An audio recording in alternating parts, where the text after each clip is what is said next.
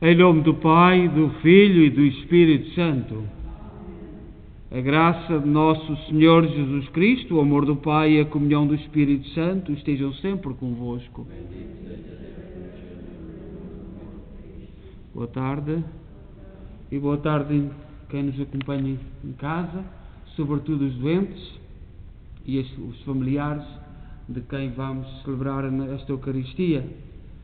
Nós celebramos hoje os mártires ingleses, Santo Albano, do século IV, e depois São Tomás More e São João Fischer, que 1000 anos depois, na história para Deus, 1000 anos é como um dia que passa, mas são 1000 anos, cerca de 1000 anos depois,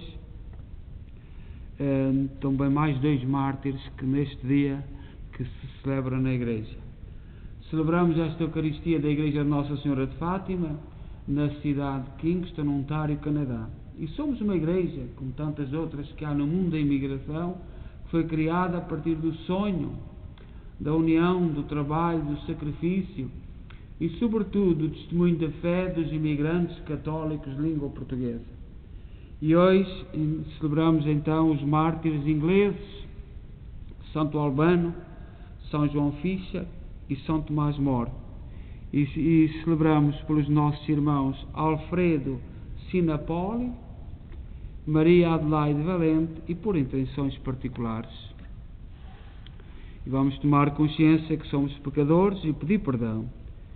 Confessemos os nossos pecados. Confesse a Deus Todo-Poderoso e a vós, irmãos, que eu pequei muitas vezes por pensamentos, palavras, atos e omissões, por minha culpa, minha tão grande culpa, e peço à Virgem Maria, aos anjos e santos, e a vós, irmãos, que rogueis por mim a Deus nosso Senhor. Deus Todo-Poderoso, tenha compaixão de nós, perdoa os nossos pecados e nos conduz à vida eterna. Senhor, tem piedade de nós. Cristo, tem piedade de nós. Senhor, tem piedade de nós. Oremos. Senhor, que fizeste do glorioso testemunho dos mártires a mais perfeita expressão da fé, concedei-nos, por intercessão de Santo Albano, São João Fischer e São Tomás Moro, a graça de confirmar com o testemunho da vida a fé que professamos com as palavras: por nosso Senhor Jesus Cristo, vosso Filho, que é Deus convosco na unidade do Espírito Santo.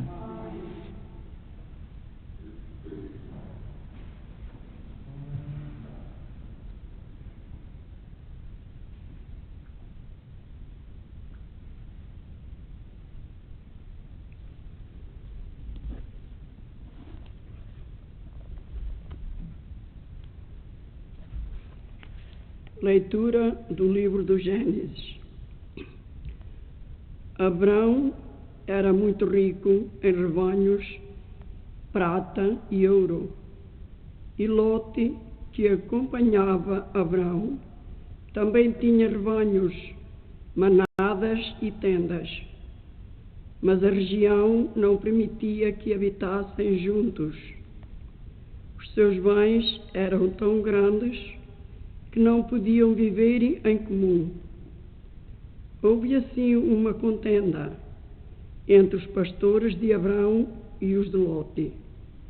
Nesse tempo, os cananeus e os ferezeus habitavam aquela terra. Abrão disse a Lote: não haja questões entre mim e ti, nem entre os meus pastores e os teus, uma vez que somos irmãos. Não tens toda a região à tua frente? Peço-te que te separes de mim. Se fores para a esquerda, eu irei para a direita. Se fores para a direita, eu irei para a esquerda.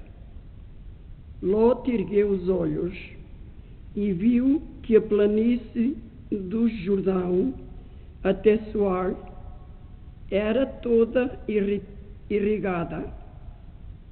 Antes de o Senhor ter destruído Sodoma e Gomorra, era como o jardim do Senhor e como a terra do Egito. Ló escolheu toda a planície do Jordão e dirigiu-se para o Oriente. Assim, eles se separaram um do outro. Abrão estabeleceu-se na terra de Canaã e Ló estabeleceu-se nas planícies, armando as suas tendas até Sodoma, cujos habitantes eram perversos e pecavam gravemente contra o Senhor.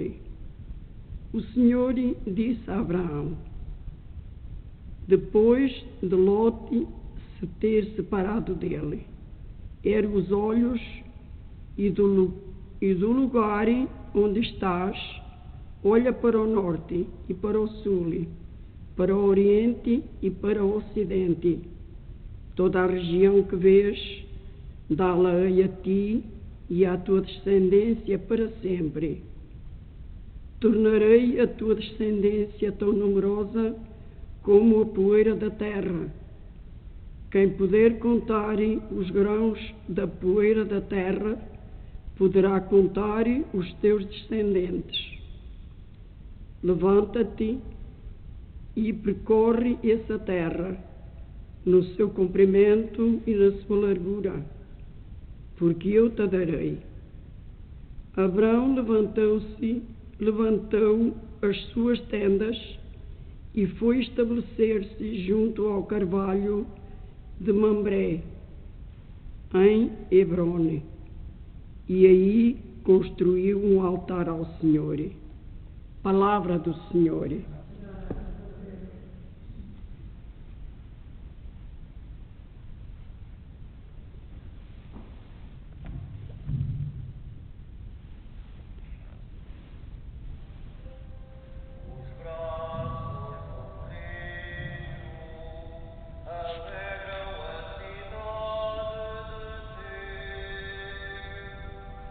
A mais santa das coroas,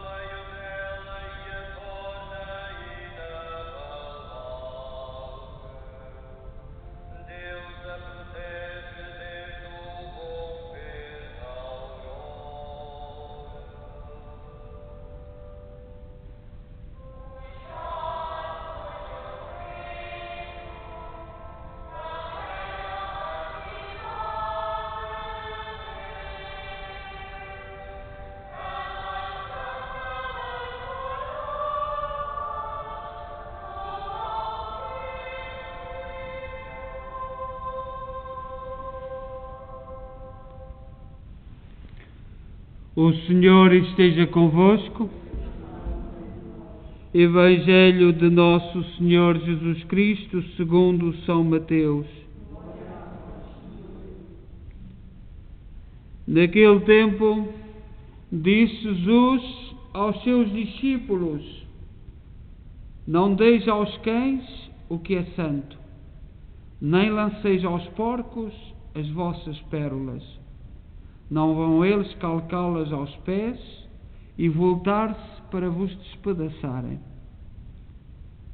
Tudo quanto quiserdes que os homens vos façam, fazei-o também a eles, pois nisto consiste a lei e os profetas. Entrai pela porta estreita, pois larga é a porta e espaçoso o caminho que leva à perdição, e muitos são os que seguem por eles. Como é estreita a porta e apertado o caminho que conduz à vida, e como são poucos aqueles que os encontram. Palavra da salvação.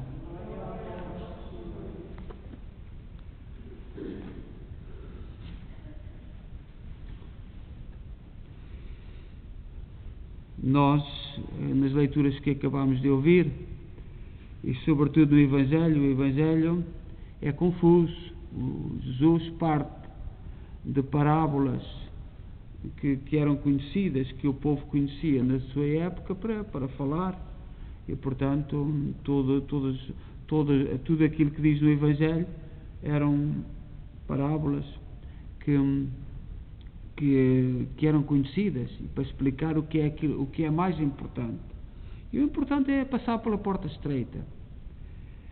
Nós hoje celebramos 3 santos ingleses, na Inglaterra, e aqui no Canadá faz sentido, porque há muita relação, a cultura dominante é inglesa, e tudo aquilo que nós vivemos tem muita influência da Inglaterra, e portanto nós celebramos hoje 3 mártires.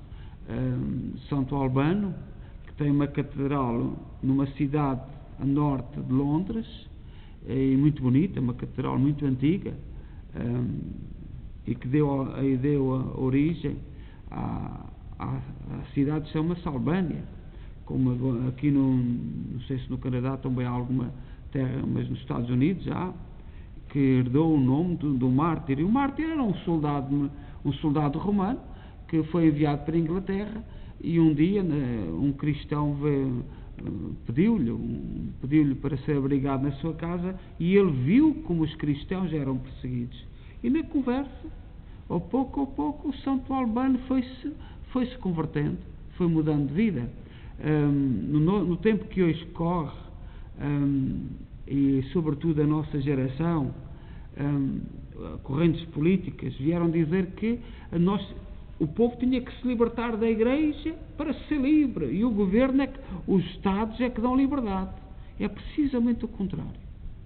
É o contrário daquilo que e o testemunho dos santos indicam-nos isto. E estes 3 hoje são um sinal disso. Os Estados, as organizações do mundo nunca deram liberdade, tiram a liberdade. E Santo Albano, ao ser cristão, tornou-se livre, e as tropas foram à casa dele para buscar a visita, e ele disse que era ele, substituiu o amigo, foi martirizado, e foi um grande exemplo para os ingleses, para aquele povo na altura bastante rude, e o cristianismo entrou. Portanto, Santo Albano é o primeiro mártir inglês. Depois, 1000 anos depois, veio o protestantismo, veio as igrejas evangélicas, com Henrique VIII, na parte inglesa. Primeiro Lutero, que no princípio queria reformar a igreja, mas depois, portanto, tudo era possível. Uma das coisas que Lutero era muito devoto de Nossa Senhora. Hoje há provas que era devoto, mas os que sucederam a Lutero modificaram tudo. Modificaram tudo. Mas pronto.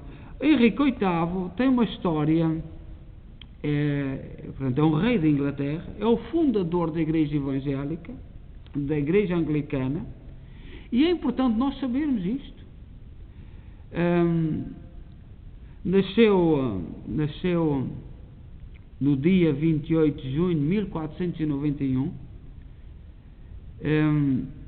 em 1501, mais ou menos quando se descobriu a Madeira, em 1501, seu irmão Artur, herdeiro do trono, casou-se com Catarina de Aragão, a filha mais nova de Fernando II de Aragão, Isabel I de Castela, os reis católicos. Portanto, casou-se com uma filha dos reis de Espanha. Não da Espanha que temos, que ainda não estava completamente livre. Não é aquela Espanha 2, é a Espanha, portanto, porque a Espanha também era constituída por reinos. O reino de Castela, onde está Madrid, e depois outros reinos, e que se foram unindo. E hoje um dos problemas de Espanha, quando há aquelas confusões todas em Espanha, é por causa destas coisas passadas. Nós às vezes pensamos que o mundo moderno vai ser assim de sempre. Não é nada disso. Nada disso. E nós, cristãos, temos que estar informados para sabermos. Portanto, o irmão de Henrique VIII, Artur, casou com Catarina de Aragão. Aqueles casamentos por conveniência. Em 1502, o Artur morre. O herdeiro do trono morre, que já era casado, tinha 15 anos. Tinha casado 1 ano ou 2 anos, portanto, naquela altura, por conveniência. E Henrique tornou-se o herdeiro do trono, com apenas 10 anos. Desde então passou a ser vigiado com todo o rigor e era visto muito pouco em público. E Henrique VIII, quando o irmão morreu, tinha 10 anos. E o irmão que já estava casado tinha 15 anos, tinha 5 anos a mais. Teve que haver o compromisso de ele casar com a cunhada, com 10 anos. Nós não podemos ver a história com a nossa mentalidade. É um dos problemas que está a haver hoje. A tiragem das estátuas é por causa disto.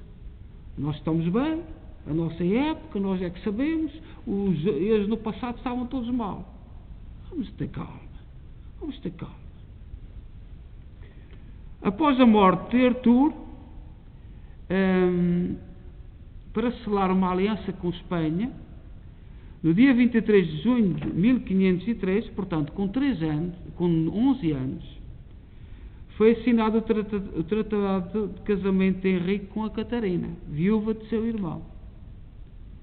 Após a morte da rainha Isabel e de Henrique VII, a 21 de 1509, com 18 anos, Henrique foi proclamado rei, com 18 anos.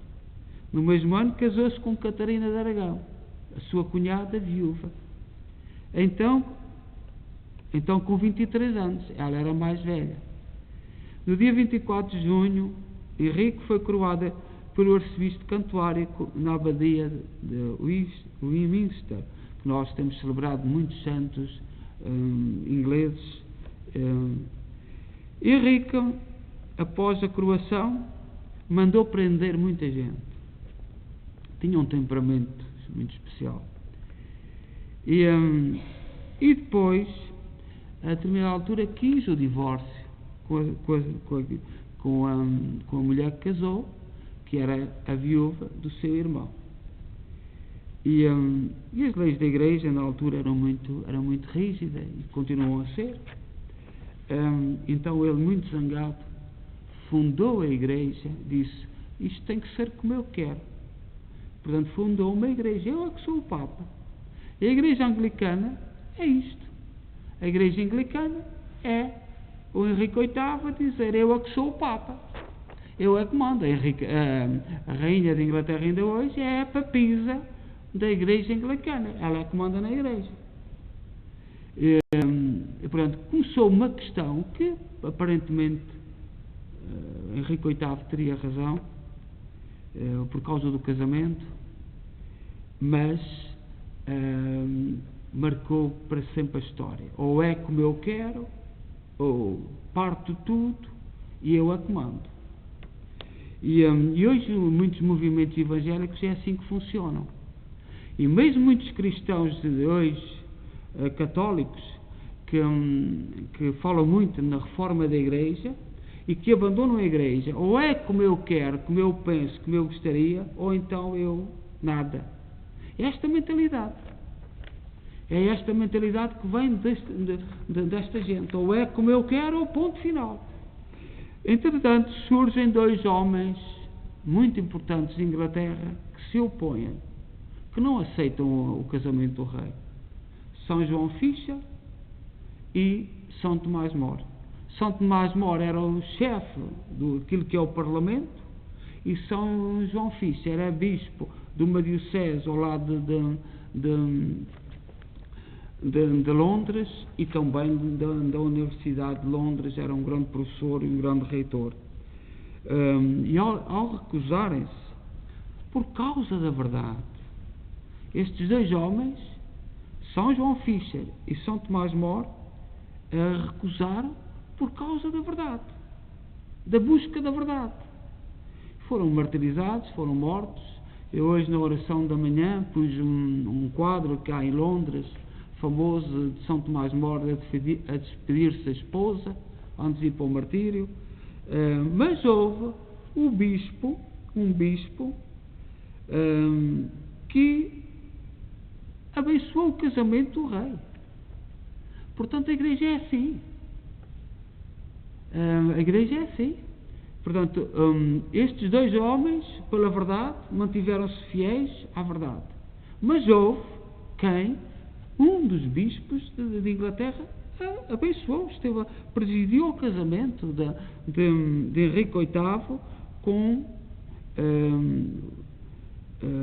com Ana Bolena, que era uma dama que tinha ido com a rainha de Espanha para a Inglaterra. E, portanto, este bispo de Canterbury fez o casamento. E nós não podemos ficar escandalizados. E como a igreja só temos que dizer: estamos do lado daqueles que procuram ser fiéis à verdade, aqueles que buscam a verdade, ou com os outros. Portanto, no acontecimento do casamento do rei, houve um bispo que abençoou. A sua atitude certamente já foi julgada por Deus, mas houve destes dois homens valentes que se mantiveram fiéis. E São Tomás More foi proclamado padroeiro dos políticos. É o grande padroeiro dos políticos. Um intelectual, um homem de uma correção tremenda. Assim como São João Fisher, aos 20 anos já estavam doutorados, escreveram obras fantásticas, mas não vacilaram perante a verdade. E é este desafio que nós somos chamados. A verdade não é aquilo que eu quero. Nós estamos a viver neste mundo, presentemente, e sobretudo com estas filosofias marxistas, que estão a tentar introduzir na cabeça das pessoas que não há verdade absoluta. Não há verdade absoluta. A verdade é aquilo que eu quiser. E a gente só tem uma pergunta a fazer: então isso é uma verdade absoluta? É uma verdade ou não que não há verdades absolutas? Portanto, se esta é a verdade. Portanto, só esta é que é a verdade. Não há verdades absolutas. Só esta que não há verdades absolutas é que é a verdade. Isto é ridículo, e nós temos de ter muito cuidado, porque irmãos fortes, São João Fisher, São Tomás More, que são uma honra. Aqui na nossa cidade há uma escola dedicada a São Tomás More. Valentia, pelo seu não vergar, por a verdade é a verdade, e a verdade não é aquilo que eu quero que seja verdade. A verdade é a verdade, e toda a nossa vida temos que andar na busca da verdade. E quando movimentos nos tentam provar que estão na verdade, que é agora o que acontece. Eu tenho muitas dúvidas, por exemplo, a tirarem a estátua, porque aparece como uma verdade. Eu tenho muitas dúvidas. Quando falam muito da verdade, quando os políticos falam da verdade, eu recuo, por causa dos testemunhos da história. E São Tomás More e São João Fischer, dois valentes homens, intelectuais, homens de ciência, homens de saber. São Tomás More escreveu um livro, A Utopia, que por causa dele ser católico, as universidades não têm estudado. Não têm estudado muito a corrente filosófica de São Tomás More. Mas é preciso um dia continuar a investigar aquilo que São Tomás More iniciou com o seu livro, com a sua escrita, A Utopia. E termos coragem de falar destes valentes homens tremendamente intelectuais que buscavam a verdade naquilo que é a verdade.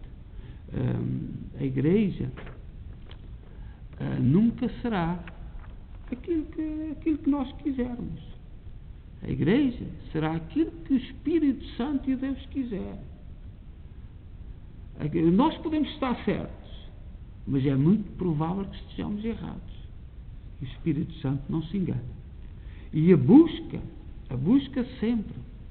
E o exemplo destes mártires, destes santos, este acontecimento da Igreja anglicana, que hoje, eu não sei se vós sabeis, que igrejas evangélicas neste momento são mais de 2.000. 2.000. E todos têm a verdade. Não se entendem em nada, mas todos têm a verdade. E ninguém, segundo eles, se aproxima da Igreja Católica, que está no erro. Mas eles, 2.000 de confusão, é que estão na verdade. E nós precisamos parar para refletir sobre isto. No momento que nós vivemos hoje, deste movimento que surgiu com esta gente, com Henrique VIII, com Lutero, com Calvino, porque Calvino é diferente na Suíça, porque Calvino nem sequer era padre, era um advogado e queria era destruir a Igreja. Mas Lutero e Calvino, Lutero e Henrique VIII, nós já comandamos, era uma questão de poder. Mas hoje são 2.000 igrejas, todas têm a verdade, toda a gente tem a verdade. E nós precisamos, como católicos, pedir a ação do Espírito Santo, a ação de Deus, e sobretudo que nos dê a força de sermos fiéis como estes homens que buscaram a verdade e não vacilaram, não tremeram, não recuaram um passo, foram em frente. Os filhos de Tomás More choraram e pediram ao pai para renegar a sua fé, seria salvo, e ele foi em frente. Os próprios filhos a pedir. E é este modelo de gente que nós louvamos, que damos graças ao Senhor e coloquemos diante de Deus as nossas preces. Rezemos por todos os cristãos do mundo, para que encontrem o caminho da verdade e busquemos o caminho da verdade e que deixemos que o Espírito Santo entre no nosso coração e nos ilumine pelos caminhos a seguir. Ó Deus, bom, santo e justo, ouvi com misericórdia aquilo que nós com fé vos pedimos, por nosso Senhor Jesus Cristo, vosso Filho, que é Deus convosco na unidade do Espírito Santo.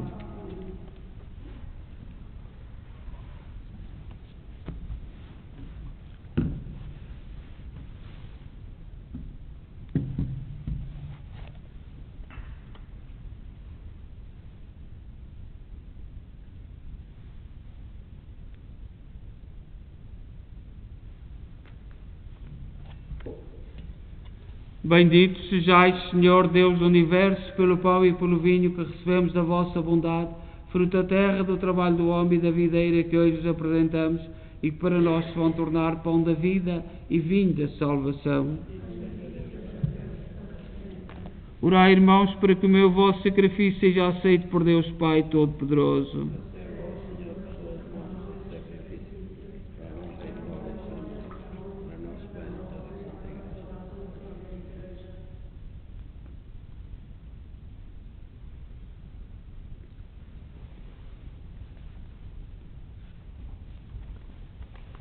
Oremos. Por este sacrifício de reconciliação e de louvor, purificai, Senhor, os nossos corações, para que se tornem uma oblação agradável a vossos olhos. Por nosso Senhor Jesus Cristo, vosso Filho, que é Deus convosco na unidade do Espírito Santo. O Senhor esteja convosco. Corações ao alto. Demos graças ao Senhor nosso Deus. Senhor, Pai Santo, Deus eterno e omnipotente, é verdadeiramente nosso dever, é nossa salvação, dar-vos graças sempre em toda a parte.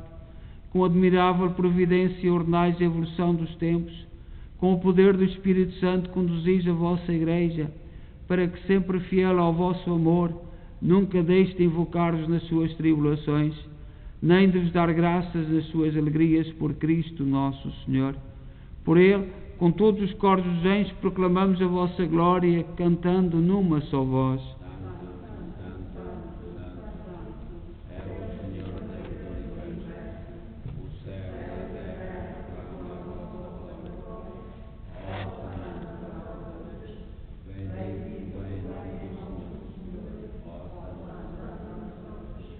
Vós, Senhor, sois verdadeiramente santos, sois a fonte de toda a santidade.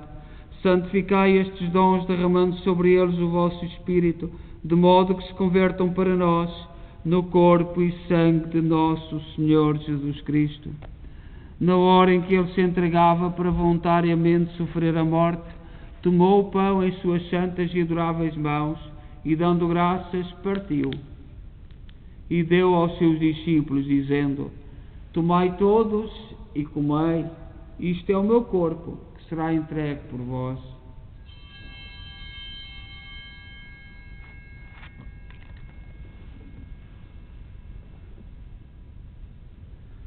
De igual modo, no fim da ceia, tomou o cálice e, dando graças, deu aos seus discípulos, dizendo: Tomai todos e bebei, este é o cálice do meu sangue, o sangue da nova e eterna aliança, que será derramado por vós e por todos para a remissão dos pecados.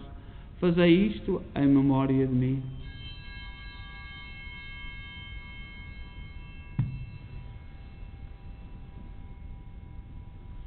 Mistério da fé.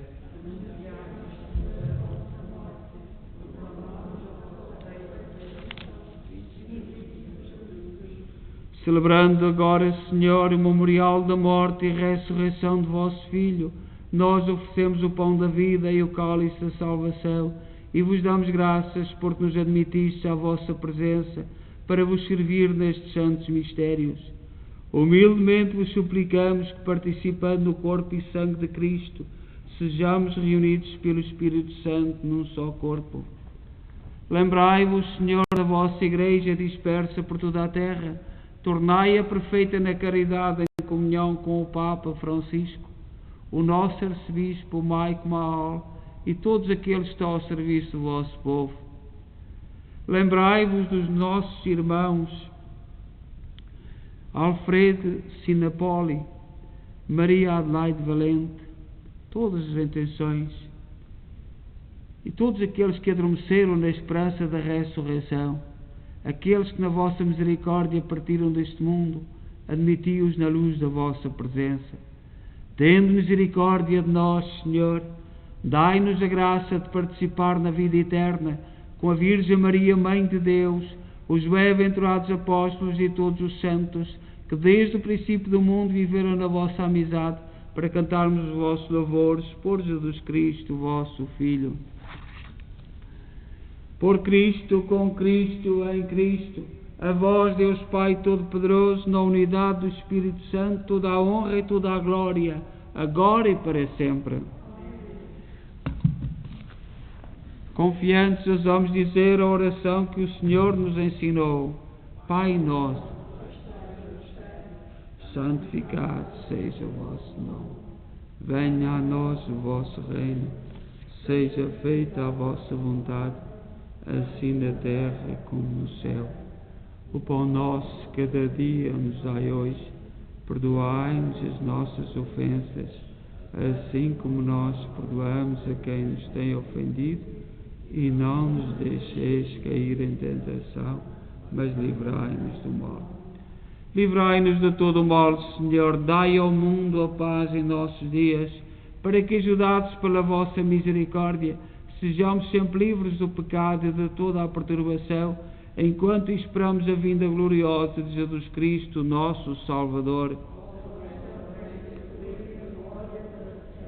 Senhor Jesus Cristo, disseste aos vossos apóstolos: deixo-vos a paz, dou-vos a minha paz.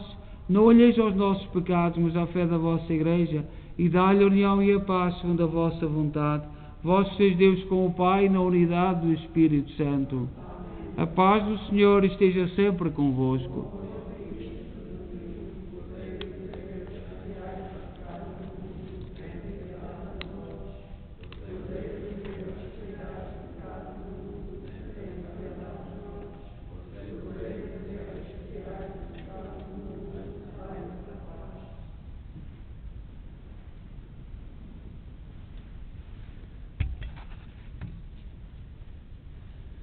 Felizes nós, os convidados para a ceia do Senhor. Eis o Cordeiro de Deus que tira o pecado do mundo.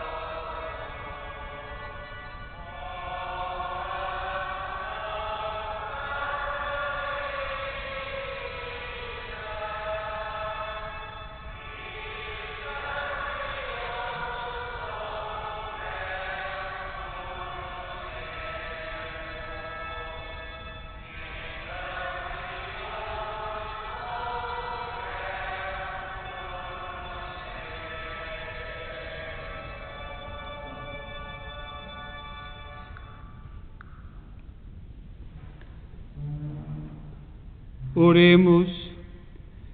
Senhor, que fizeste o glorioso testemunho dos mártires, a mais perfeita expressão da fé, concedei-nos por intercessão de São João Ficha e São Tomás Moro a graça de confirmar com o testemunho da vida a fé que professamos com as palavras: por nosso Senhor Jesus Cristo, vosso Filho, que é Deus convosco, o Espírito Santo. O Senhor esteja convosco. Abençoe-nos Deus Todo-Poderoso, Pai, Filho e Espírito Santo. Desejamos a todos boa noite, sobretudo a quem está em casa, quem nos acompanha, e também os que são de fora da nossa comunidade. E eu sei que há gente da família do nosso irmão que nós celebramos, Alfredo Sinapoli. Enviamos um abraço para toda a sua família e convidamos para rezarem o terço connosco hoje. Hoje rezamos com a segunda dominga, com a família da segunda dominga, que se estivéssemos em tempo normal, se não fosse em pandemia, seria de outra forma, com as coroações, mas estando em pandemia, rezamos o terço, rezamos em terço em família e em comunhão com todos aqueles que estão em casa, e pedindo a Deus que nos dê força e que nos liberte deste pesadelo. Desejo a todos boa noite e de paz, e que o Senhor vos acompanhe.